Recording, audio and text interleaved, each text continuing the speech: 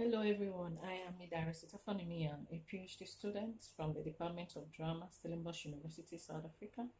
I am here to present a paper titled Teaching Children Aged 9 to 12 Ibibio Indigenous Ibibio Folktales Through Drama in Akwa Ibom State, Southern Nigeria.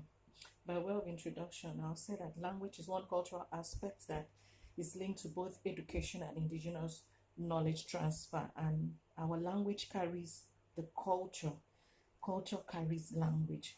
So how else can indigenous knowledge resources be promoted and preserved if not through the language?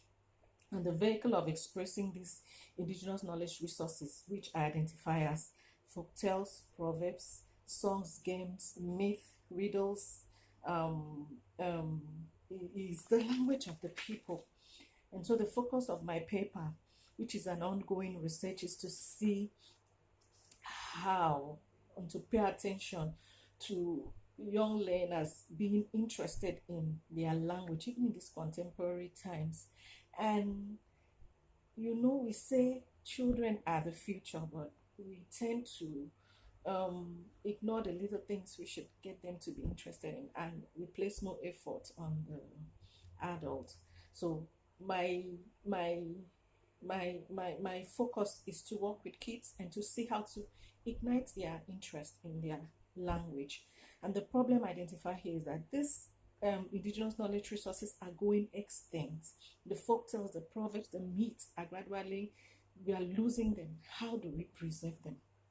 And so the purpose was to see if drama could be a potential tool of preserving and then of igniting the interest of children to get to be interested in their language as Ibibio children. And if this could also enhance the societal well-being of Ibibio people, Ibibio society. The research methodology and design for the study was qualitative, and the sampling was a purposive one. Selected 3 schools within Uyo town, and then we only voluntarily requested consent from Ibibio speaking children only, and we were able to get up to 54 of them who voluntarily indicated interest in the study. And the period took place for 4 months. It was a practice-led session. It was a practical session which was recorded, and I, as a facilitator, was also taking field notes. And then it was to see how drama could be useful in promoting Ibibio language. And the design was playcrafting. And as a participant observer, I took part as a facilitator to guide the children through the process for the period.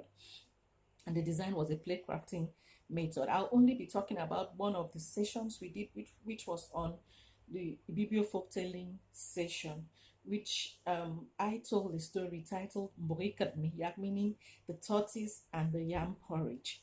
I wanted to see if they could identify the Ibibio cultural symbols from the story, if they could pick out themes, and then be interested in what was happening from the indigenous knowledge context, and to report that it went well, because the design that I employed was improvisation, role playing. We had moments of storytelling, of songs, and then of dances. And what I did during the folk telling session was to get them to listen and then to pick out themes that they identify from the story. And it was an interesting session because I couldn't believe that children could actually construct new knowledge from an existing one. It was just an attempt to see how to get them to be interested. But I also understand that when you bring children into a space of play, a natural atmosphere, they are able to express themselves without fear. So by listening to the folktales, they took out lessons that stood out for them, and they could create stories on their own.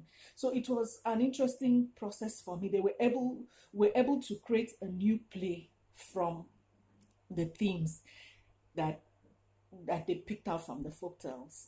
Themes like being stubborn, being greedy, being honesty, and then we crafted a play from it. From my findings, exposing children aged 9 to 12 years old to indigenous knowledge can ignite their interest in learning. And when everything is play-based, they are interested because the language they understand is play. And so, as an Ibibio person, this is important to me, that the younger generation get to know the values that exist in our society. I'm not saying they shouldn't learn the English language, but learning it outside your own context means ignoring your identity. So the aim was to get them to be interested in the language, even from a creative process, which was through improvisation, role playing, drama, scenes, and it got me baffled that children also have things to contribute in our society. They were able to say lessons that identified with their everyday lives. So using drama as a method to preserve language is important to me as a person. And the language is a factor of who you are as a person. I am an Ibibio person and I love my language. So the aim is to see how in my field of drama I could impact young learners, to learn about their society and their culture, because your language is who you are. You cannot become another person. No matter how much you learn other languages, you cannot become that, because that's not your identity, that's not your culture. Learning other languages is good, but not neglecting yours is also important, because it speaks of your own personality. Thank you so much for listening. We're able to create new things. It's also a camp. Thank you.